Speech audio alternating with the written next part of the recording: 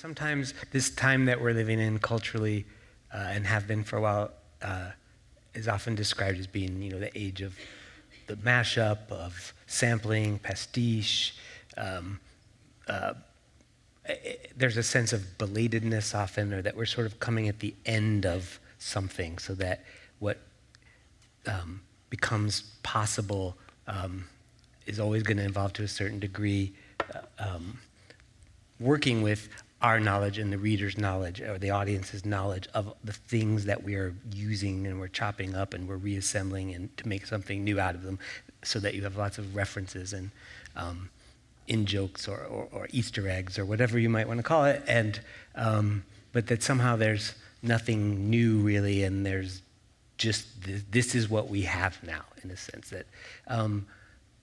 Do you, and as someone... As I listen to you talk, I'm going, I bet somebody said this to Shakespeare. Come on, Bill. All of that stuff you've done, you're just taking other people's stories, all a couple of histories. Shed and, yeah. Uh-huh. Ah, yes, Bill. You nicked that we are in the end times, aren't we? What? I think, I like to think that we are in a time of confluence. Not the end time, but a time where streams run together. And that, for me, even as far back as the early 80s, I remember looking around and going, it is time for confluence. It's time. Right now, we have all these strict demarcation lines, I thought back then, between science fiction and fantasy and horror and the mainstream and detective fiction and romance and pornography and cookbooks and all of these things. And I'm going, I'm not sure that this is going to keep being, everything is going to stay in its little cubbyhole. I think as you get generations of writers who grow up going, well, I like all of this stuff. Why can't I have all of this? Pornographic cookbooks, for example. I think there should be more pornographic cookbooks.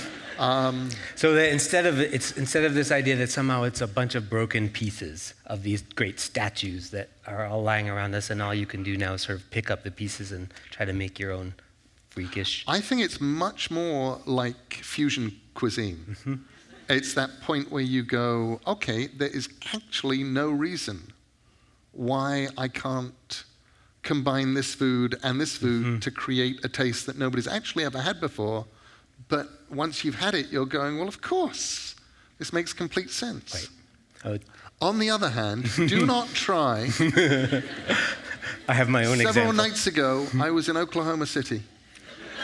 And I was taken to one of the few places that serves food at midnight, because my plane got in very, very late, Oklahoma City. And we ordered a few of these interesting starters, and the waitress came out and she said,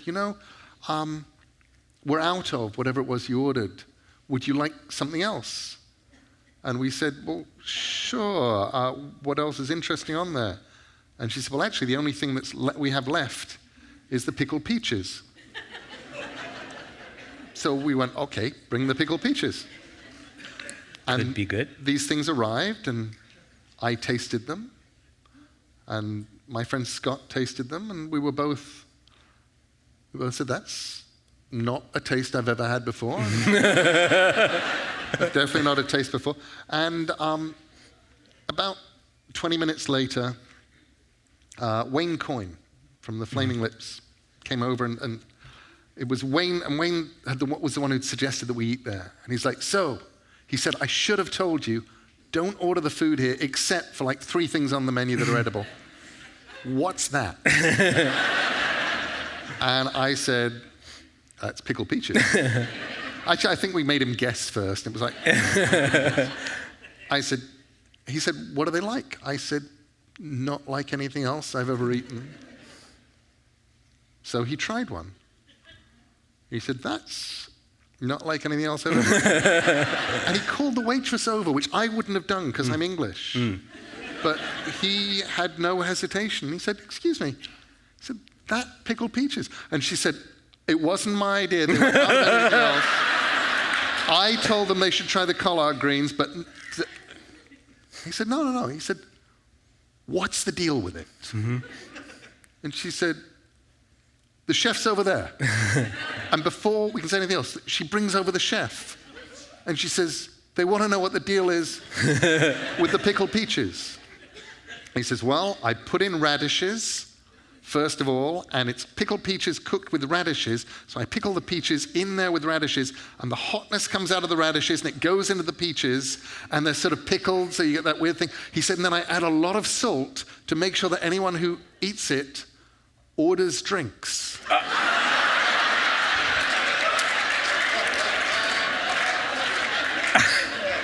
And I said, does it work? He said, how do you mean? I said, has anyone ever ordered it twice? And there was a long pause. He said, I don't think so. And I said, have you ever tried it? He said, I don't like that kind of thing. Oh my God. And so I want you to know, somewhere, anyway, that was more just the idea that sometimes ambitious fusion cooking can go desperately wrong. I was in a TGI Fridays once. Maybe the only time I've ever been in a TGI Fridays, but similarly, I was living at the time in Orange County, California, and this was in the early 90s when Orange County was not the cosmopolitan, urbane place that it is today.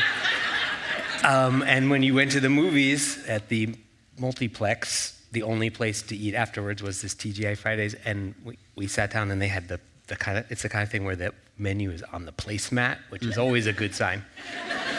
And they had Szechuan chicken Alfredo.